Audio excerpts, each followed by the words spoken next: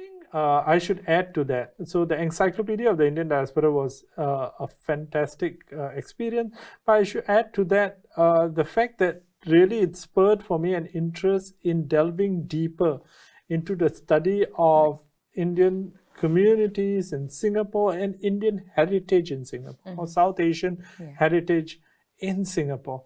And this is something that I have continued to do to this day, because I think that Singapore is it's a very, very valuable site in trying to make sense of the diaspora. And I do think that this particular city, this global city, has much to tell the world of the experience of the minority here, because those patterns are going to be evident in many cities internationally in time to come.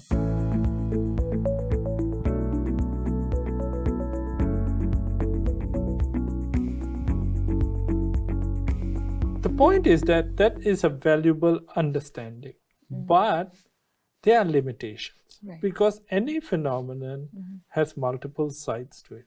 Any region, in seeking to understand a region, knowing its history is valuable, but then to also have an understanding of cultural nuance, the politics of the region, the social communities, the economic development, and to understand how they come together in trying to explain phenomena is something that we seek to achieve with a student. So at the end of it, a student says, yes, history aside, but you know what? We need to look at A, B, C, D, E phenomenon to be able to analyze a particular phenomenon. We can't just depend on a particular discipline for it. And this is the value of area studies. And indeed, even in our everyday lives, when somebody says, why did you do this? We know for a fact that the answer of why you did this is multifactorial, and that it cuts across myriad areas of your life. Yes, that's right. How is social phenomenon is the same, right? And in area studies, I think that is the key analytical skill that we seek to try and train within our students. Right. I mean, that's really true. And I guess what's really interesting is how, like, you know, this is actually applicable to even our daily lives, and the fact that area studies kind of provides an avenue to further look into it and elucidate ideas out of it. I think it's really you know, very much intriguing and definitely very enlightening in many ways. And you know, speaking of which, Prof, like now that we're talking about like interdisciplinary aspect of research and so on, like, you know, even thinking of research as a career pathway in general, like what do you think, like as a researcher yourself, what do you think some of the challenges involved, and how do you think this can be tackled when students are considering a career with research, for instance? Yeah. This is a difficult question, right? I think what goes into making or developing interest in research partly is inspiration, partly is a desire to find answers. So an intellectual curiosity is required to develop an interest in saying, why does it work like this? The third is, of course, the conceptual tools to seek to analyze that phenomenon. I think that is where the student requires training in, which is something that we put in place in different departments across NUS, so that a student knows, look, I am the blind person touching this elephant. And I'm trying to make sense of this. And those conceptual tools then aid you in trying to understand that. It may well be that you will never get a full sense of the elephant. But with these conceptual tools, you will certainly develop a greater understanding than before. And of course, that will be revisited and revisited, because research is precisely that, right? It's search, but with a re inside. So you research constantly. So curiosity. The third is really a certain level of discipline, which needs to be put in place so that this is something that is not just a one-off, that something that continues, so that you can go into greater depth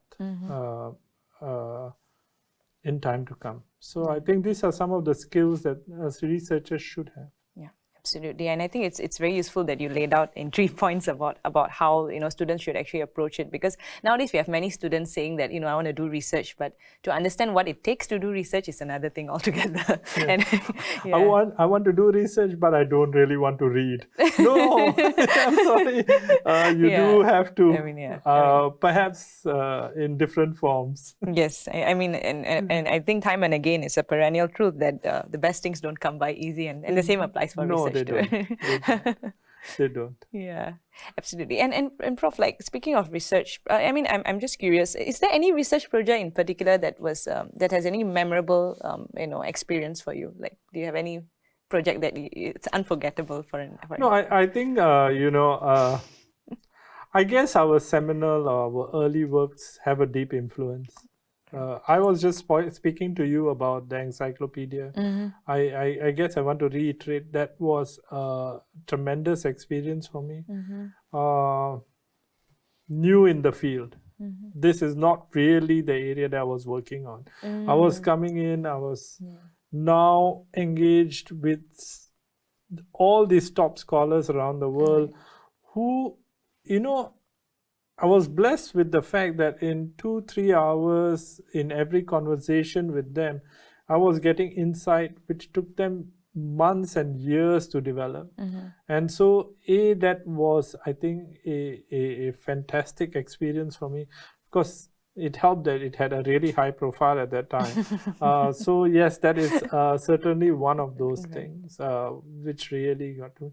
I think I should add to that. So the Encyclopedia of the Indian Diaspora was a fantastic experience. But I should add to that the fact that really it spurred for me an interest in delving deeper into the study of Indian communities in Singapore and Indian heritage in Singapore, or South Asian heritage in Singapore.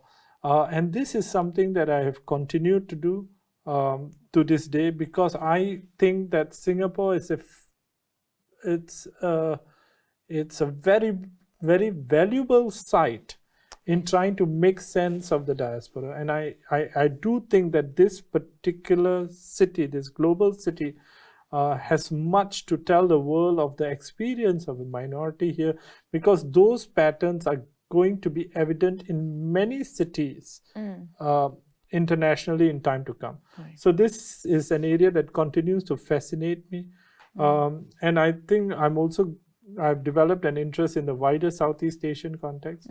So these are some of the areas that I think have had left a deep impact on my life. Now, coming to your question on student opportunities, and I think this is amazing that you all have actually launched Europe, and this really allows students to begin to experience directly or partake in research at an early stage of their tertiary development. I think such training is absolutely necessary. Traditionally, of course, the way students went about undertaking research was certainly within all the modules that you offer. You would have done essays and research essays for those modules. And I think those are important because they provide preliminary skills to the student. But oftentimes, perhaps one does not get enough training or sufficient training just from that particular experience, right? These are in some ways the starting points.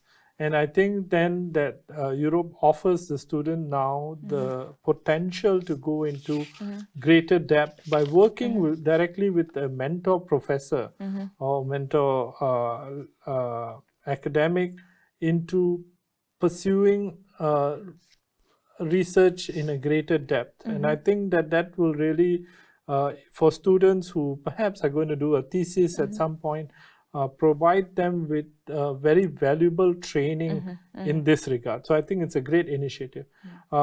then of course you do your honors thesis in the humanities and social sciences if it's offered by your department, and that's the first place where you do a major project, right? And you offer it for yourself. And I think these are all stepping stones towards higher and more well-developed research in time to come. So I think this is the kind of pathway that we have laid out for the development of research, at least insofar as the humanities and social sciences are concerned.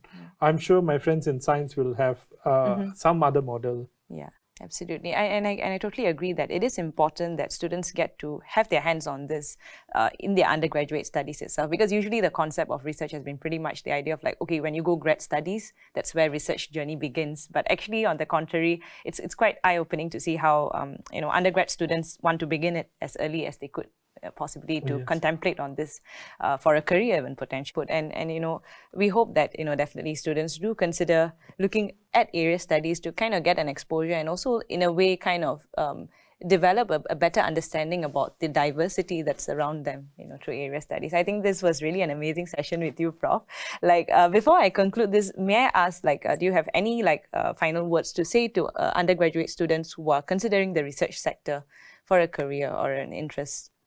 Yeah, so I think at NUS, when a student enters, many students are drawn into academia. The advice that I want to give to them is that if you are considering a pathway in academia, then the research continues and should continue right throughout. Oftentimes, a person finishes their master's or their doctorate, they land an academic job, and they think that it's an end. It's a beginning. It's a new beginning, and you will constantly be in the process of doing research right through your life. And that is an attitude that you should aspire to have. And I just want to encourage students to develop that. Students, even when they're entering NUS, sometimes I feel that they come in and they think, I've got into NUS. And they don't think that this is necessarily the start of something, but an achievement of something that's brought them there. And this makes for a problematic attitude, because then they feel tired, because they feel like, oh, I'm already here, why am I not getting? I think they need to think that this is a start again. And then when you finish your degree, you'll start again. And then when you finish your master's, you'll start again. And you will start again constantly. This is an unending process. And research works exactly like that. You just need to carry on being inspired, interested, willing to dig in. And you will develop deeper skills over time, but you will need to dig in further continuously throughout your lives. And this is something that you need to prepare yourself for. And I think that if you have that attitude towards it, you will have a far more enjoyable career in research. Right. Thank you so much, Prof. I mean, it was really very inspiring, those words. And I really hope that the students who are watching this would really see this as a motivational factor to kind of have when pursuing research for a career, or be it even a point of interest for them to explore on. To those who have been viewing this episode so far, thank you much for your support. We hope to continue sharing such fruitful and informative content with you. To receive further updates from us about Europe as well as REX, do feel free to log into our social media platforms. We are now available on Twitter, Facebook, Instagram, as well as YouTube. You could also refer to the Europe page at the Registrar's Office website to obtain the email contacts of the relevant people that you could potentially send your enquiries to. We really hope that we get to reach out to you to handle any queries or any kind of future aspirations with Europe or REX, because with Europe plus REX, you get to own your opportunities. Thank you.